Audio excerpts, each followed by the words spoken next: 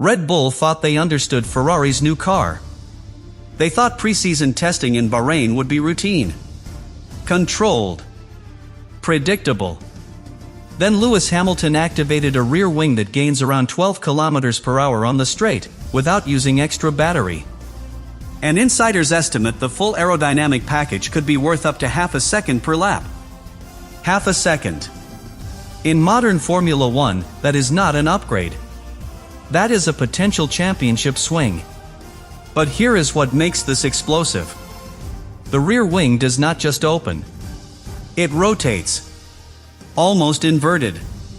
Exploiting a regulatory gray area that other teams either missed or did not dare to touch. And now Red Bull is asking the governing body urgent questions. Because if this stays legal, Ferrari does not just close the gap. They might have jumped ahead before race 1 even begins. In this video, I am going to break down exactly how this rear wing works, why it shocked the paddock during preseason testing, and why Bahrain might already be the moment the balance of power started to shift.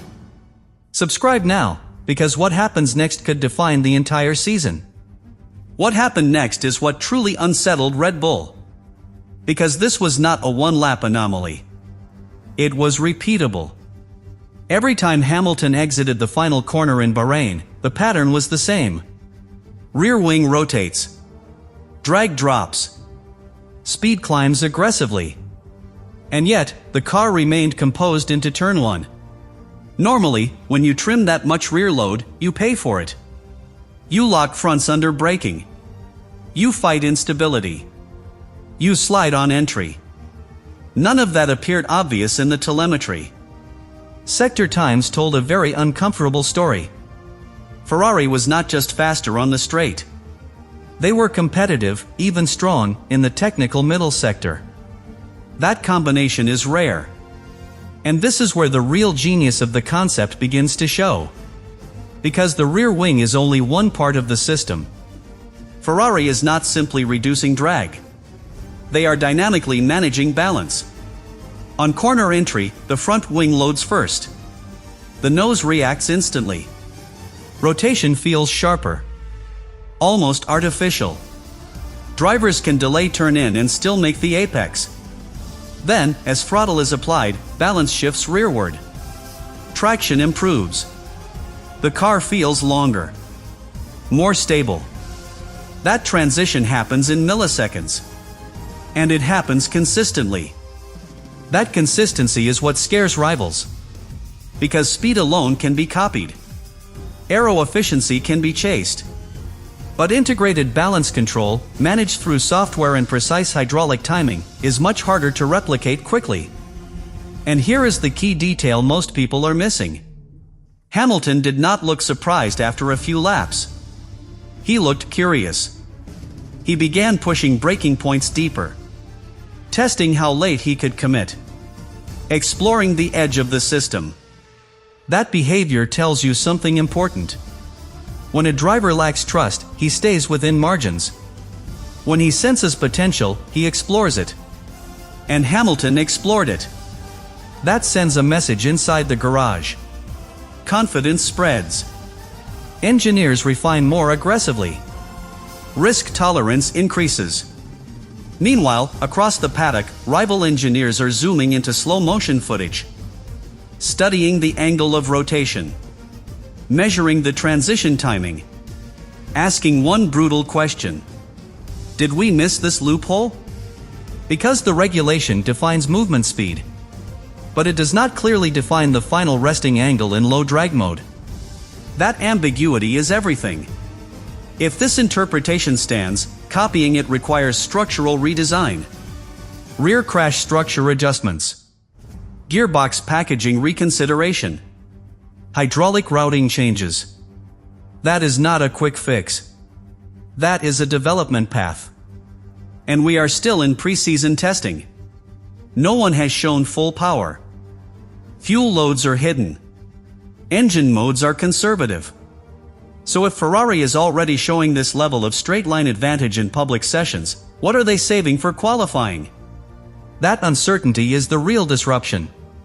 Because right now, Red Bull does not know whether they are seeing the ceiling. Or just the beginning. But here is where the situation becomes even more intense. Because once innovation is visible, politics follow. Red Bull is not just analyzing lap times. They are analyzing legality. There are already quiet conversations happening about the exhaust-driven airflow. About whether using hot gases in this way crosses an old boundary that the sport tried to close years ago. That is not a small accusation. If the governing body interprets the exhaust element as an aerodynamic device rather than a byproduct of engine flow, a technical directive could appear before the first race. And that would change everything overnight. But there is another angle. Safety. Imagine the system fails while the rear wing is in its low drag, near inverted position. Rear downforce drops suddenly. At over 300 kilometers per hour. That is not theoretical. That is a serious question regulators must consider. So now Ferrari is not just racing the clock on performance. They are racing interpretation. And while that debate builds behind closed doors, something else is happening on track. Hamilton is getting more comfortable. Each run looks smoother. Brake traces cleaner. Throttle application earlier. That matters more than one headline lap. Because over a race distance, tire management becomes decisive. If this dynamic aero balance reduces lateral sliding, tire degradation drops. If degradation drops, strategy opens. Longer stints. More flexibility. Less defensive driving. That is how championships are built. Not just with one fast lap, but with repeatable performance. And here is the psychological layer that cannot be ignored. Red Bull has dominated through stability and aerodynamic efficiency. Their strength has always been predictable rear grip. Now they are watching a Ferrari that appears stable on the straight, sharp on entry, and composed on exit. That combination challenges the very foundation of their advantage. And uncertainty breeds pressure. Pressure changes development priorities. Instead of refining their own concept calmly, they may now feel forced to react. To protest. To redesign. To accelerate upgrades. That is disruption. And disruption in Formula One is rarely comfortable. Yet we must remember. This is still pre-season testing. Fuel loads remain unknown. Engine modes are hidden. Teams often mask true pace. So the biggest question remains unanswered. Is Ferrari showing its full hand? Or is this just a controlled preview? Because if this rear wing concept survives scrutiny, if reliability holds, if Hamilton fully unlocks its potential before the first qualifying session, then Bahrain testing will not be remembered as routine preparation. It will be remembered as the moment the balance of power quietly began to shift. And if a directive limits that dramatic rotation before race 1, then we will know how threatening it truly was. Either way, Red Bull has been forced into reaction mode. And that alone tells you something important. This is no longer just about lap times.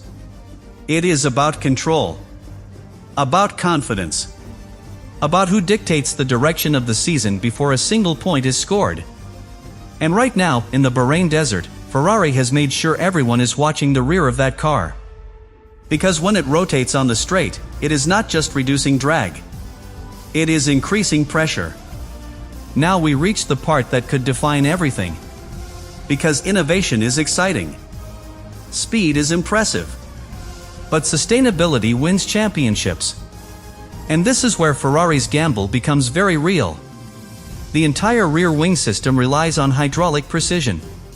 Actuators must respond instantly. Software must calculate balance shifts in milliseconds. Front and rear elements must move with controlled timing, not just speed. If that choreography hesitates for even a fraction of a second, the car's balance can snap unpredictably. At testing pace, that is manageable. At full qualifying commitment, it becomes critical. And Lewis Hamilton knows this better than anyone. He has driven dominant cars. He has driven difficult cars. He understands that true performance is not about peak speed. It is about repeatability under pressure. So the real story in Bahrain is not the headline number from the speed trap. It is how many laps the SF-26 can complete without inconsistency. Because one clean run proves concept. 10 clean runs prove stability. And stability builds belief. Now imagine the first race weekend approaching. Engineers from rival teams have had days to analyze footage. They have measured rotation angles frame by frame. They have studied airflow behavior behind the exhaust. They have simulated possible replicas. But simulation is not the same as implementation. Even if another team understands the concept, integrating it into an existing chassis is complex. Rear crash structures would need redesign. Hydraulic architecture would need adjustment. Control software would need validation. That process takes time. And time, early in a season, is priceless. If Ferrari enters race 1 with this advantage intact, they force everyone else into catch-up mode immediately. And chasing in Formula 1 is expensive. It drains resources. It accelerates upgrade schedules. It introduces risk.